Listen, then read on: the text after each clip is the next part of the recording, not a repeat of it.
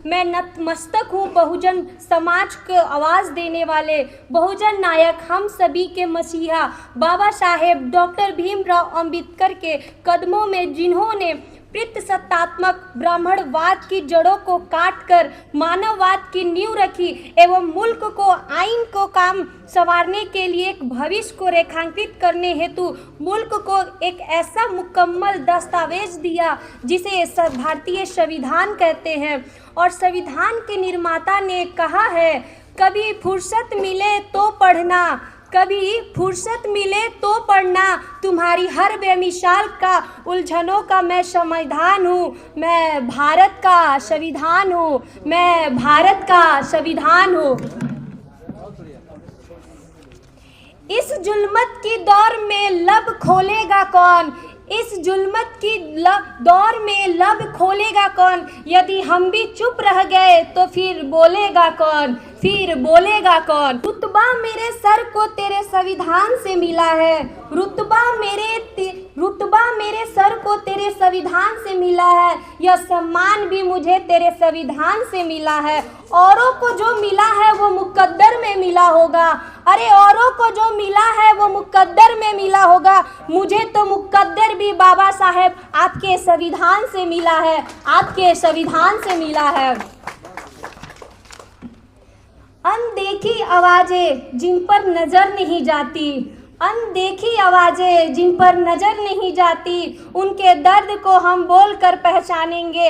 आज इस मंच से सुनेंगे वे जो खामोशियां हैं और बनेगी आवाज जो न्याय की राह बनाएगी। मैं बात करने से पहले आप सभी का ध्यान महिलाओं पर हो रहे हर रोज जघन्य अपराध के ऊपर बोलना चाहूँगी, आकृष्ट करना चाहूँगी आपको।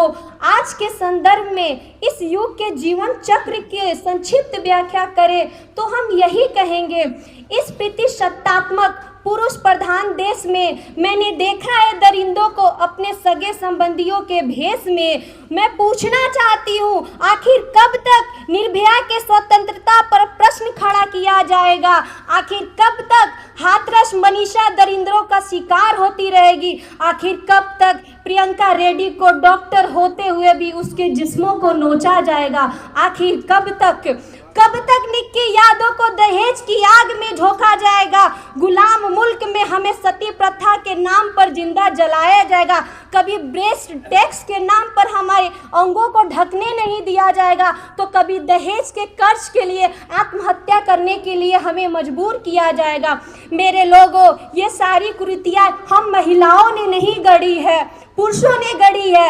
अब लड़कों मर्दों को बदलना होगा, क्योंकि मारता कौन है? मर्द। ज्यादा हिंसा कौन करता है समाज में? मर्द।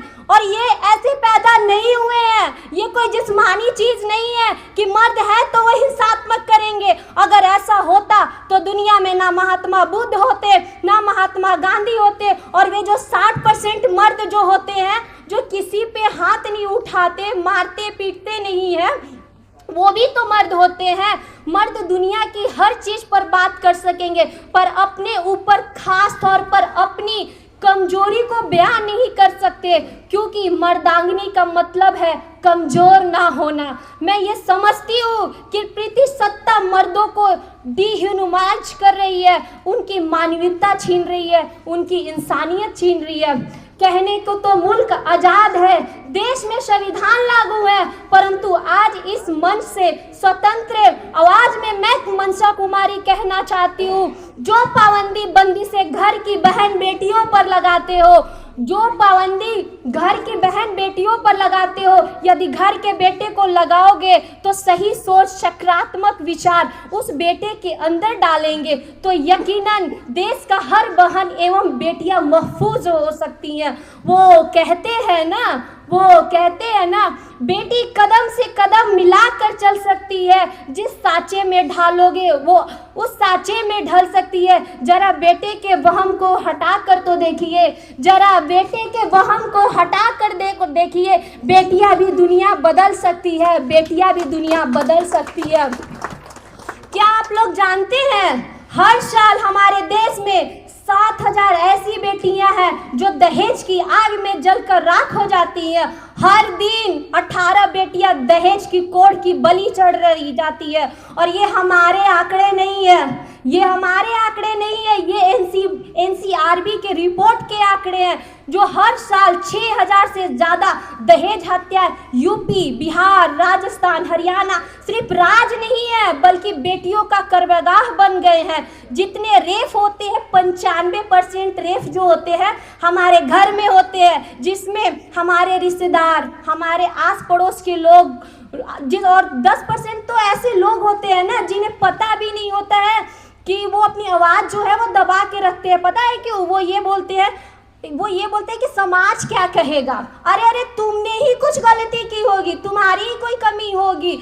वो ऐसे पेरेंट्स होते हैं ना जो अपनी बेटी के हक के लिए आवाज़ भी नहीं उठा सकते हैं, अपनी बेटी के हक के लिए आवाज़ भी नहीं उठा सकते।